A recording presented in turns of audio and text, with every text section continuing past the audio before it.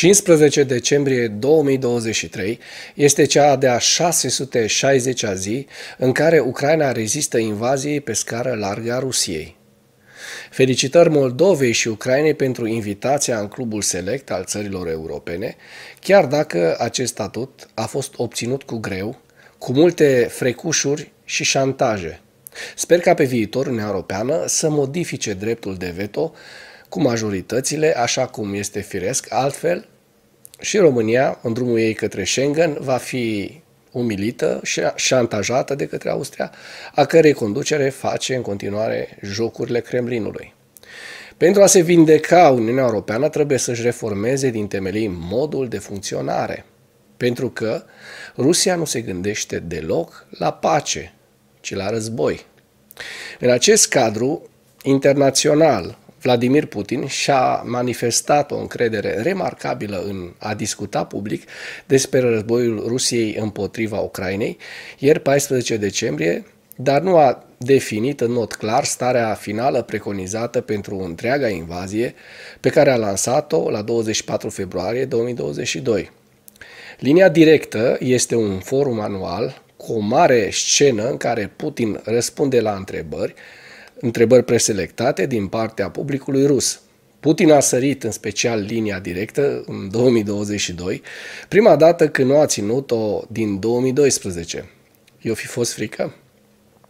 Putin s-a abținut în mod obișnuit de la a discuta în profunzime despre războiul din Ucraina, la evenimentele de mare profil de-a lungul anului 2022, sugerând că nu era sigur cu privire la capacitatea sa de a modela spațiul de informare rusesc pe această temă. Putin a folosit evenimentul de ieri pentru a discuta obiectivele sale din Ucraina, situațiile operaționale și tactice specifice de pe front și preocupările specifice ale personalului militar și voluntarilor ruși, într-un mod mult mai public și mai prelungit decât în declarațiile sale anterioare despre război. A ținut 4 ore delirul lui Putin ieri. Disponibilitatea lui Putin de a centra o mare parte a evenimentului asupra războiului din Ucraina sugerează o încredere sporită în capacitatea sa de a se adresa publicului rus pe acest subiect, ceea ce poate indica propria încredere personală în perspectivele Rusiei în Ucraina, în urma defensivei rusești din vestul regiunii Zaporojie și a perceput un sprijin nesigur pentru Ucraina din partea partenerilor ei occidentali. Putin nu a oferit o nouă abordare războiului, nu a descris cum intenționează Rusia să obțină victoria în Ucraina și nici nu a preconizat cum ar arăta o victorie rusească. Putin și-a reiterat obiectivele maximaliste pentru războiul rusesc din Ucraina, care sunt probabil opace intenționat pentru a include obiectivele suplimentare pe care Putin le-ar putea urmări acum sau mai târziu. Putin a răspuns la o întrebare dacă obiectivele Rusiei în Ucraina sunt aceleași, declarând că obiectivele Rusiei nu s-au schimbat și includ denazificarea și demilitarizarea Ucrainei și impunerea unui statut neutru privind Ucraina. Adică Putin visează să pună mâna pe toată Ucraina să fie lăsată de izbeliște de Occident.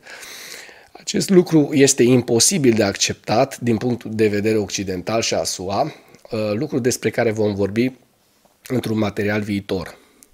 Ziua 660 a războiului din Ucraina.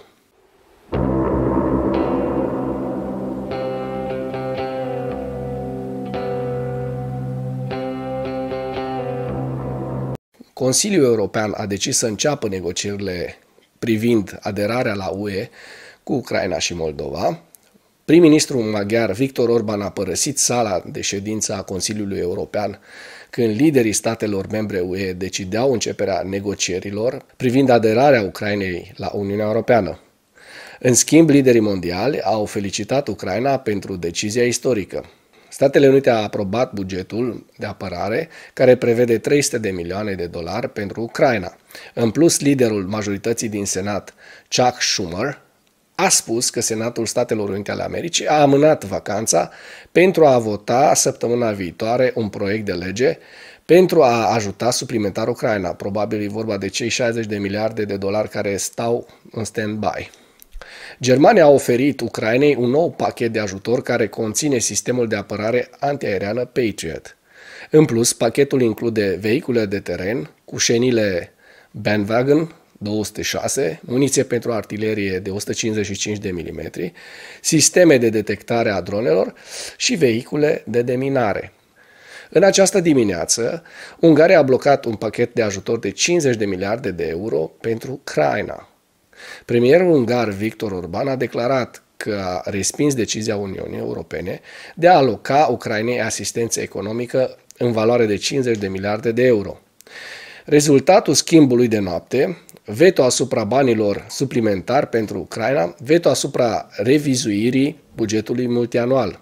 Vom reveni asupra acestei probleme anul viitor, la summitul UE, după pregătirile corespunzătoare, a scris Orban pe X, fostul Twitter. Dacă până în acest moment ai găsit informații utile în material, contribuie cu un like și cu o distribuire a acestui videoclip pentru a ajunge la cât mai multă lume.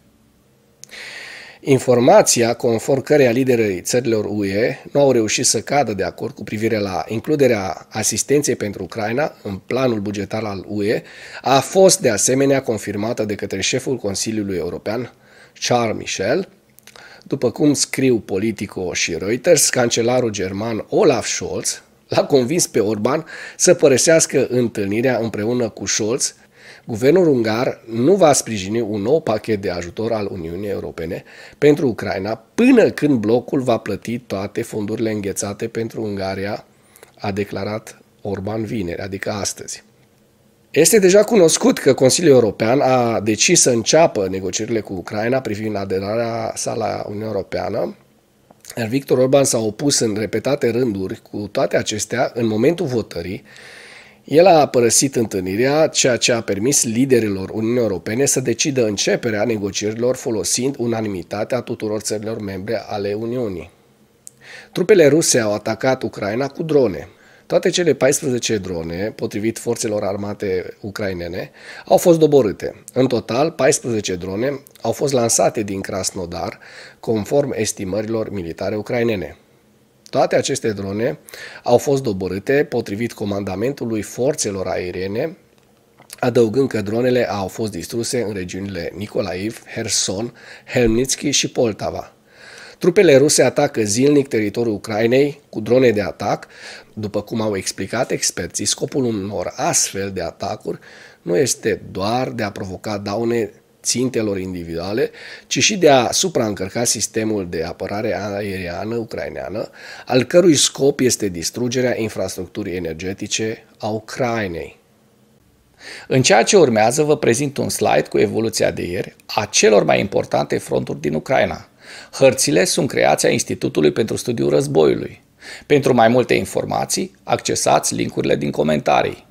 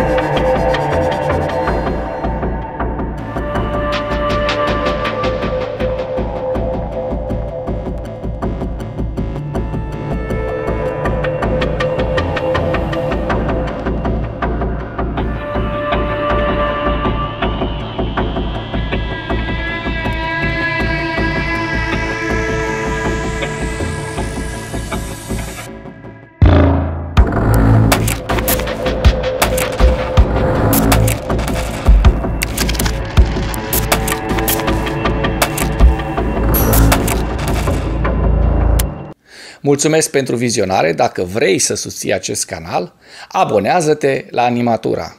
Apreciez mult asta.